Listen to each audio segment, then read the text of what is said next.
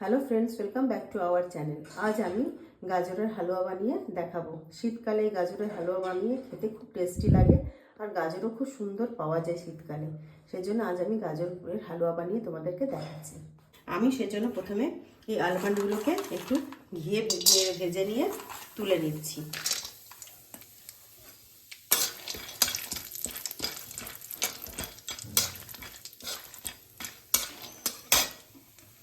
এই কাজুগুলোকেও দিয়ে দিলাম।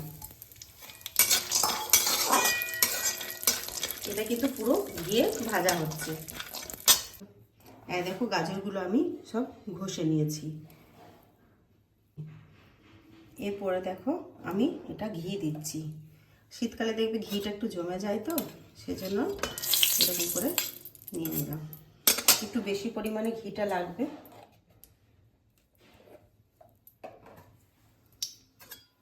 কেউ যদি ভাবো আমি কম ঘি খাবো, তো কমও খেতে পারো। এবারে ঘিটা গরম হচ্ছে।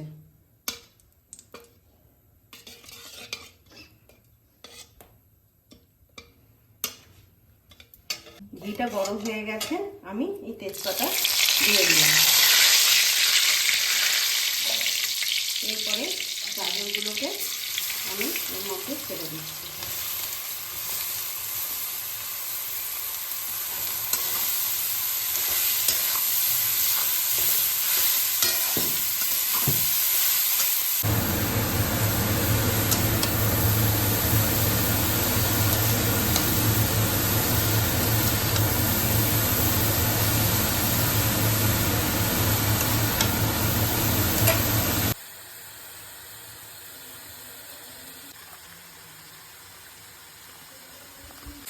ফ্রেন্ডস, দেখতেই পাচ্ছ এটা এইভাবে বারবার করে নেড়ে নেড়ে গাজরের যে কালারটা ছিল পুরো চেঞ্জ হয়ে গেছে। এরপরে আমি এটার মধ্যে যে দুধটা দেখালাম, আমি দুধটা রেখেছি, সেই দুধটা আমি এর মধ্যে ঢেলে দেবো।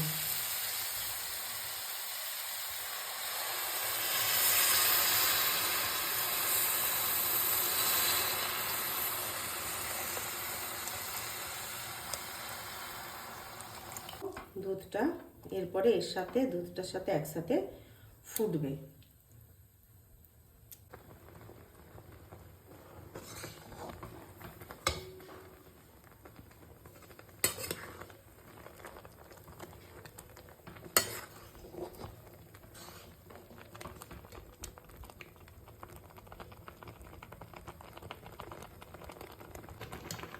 আমি এটা আমুলিয়া দুধ গুলে নিয়েছিলাম, আর তার সাথে একটু ফুড কালার দিয়ে দিয়েছি। ফুড কালারটা দিলে কি হবে না, কালারটা ভালো আসবে। আর আমুলিয়া দুধটা এইভাবে একটু ঠিকভাবে গুলে নিয়ে এটাতে দিয়ে দিলাম। দেখো কালারটা চেঞ্জ হয়ে যাচ্ছে। দেখো দেখো ফ্রেন্ডস, দুধটা কতটা এর সাথে মিক্সড হয়ে গেছে, আর এটা শুকিয়ে এসেছে। এরপরে যে যতটা পরিমাণে চিনি, অনেকে বেশি খাও অনেকে কম খাও, আমি এই বাটিটা এক বাটি চিনিটা দিয়ে দিলাম।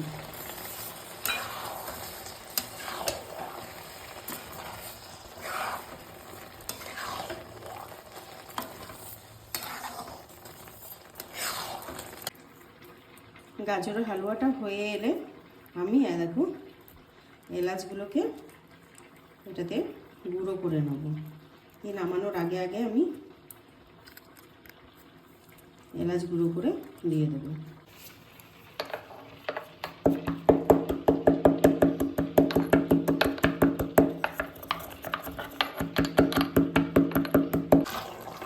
দেখতে পাচ্ছ এটা এবারে হয়ে এসেছে। ফ্রেন্ডস দেখো, আমি যেগুলো ভেজে রেখেছিলাম ঘি দিয়ে, আমি এবারে এগুলো সমস্ত দিয়ে দিচ্ছি।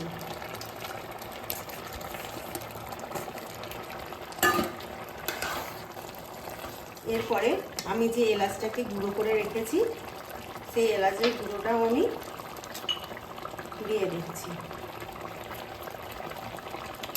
ব্যাস এইভাবে একটু নেড়ে ছেড়ে রেখে দেবো।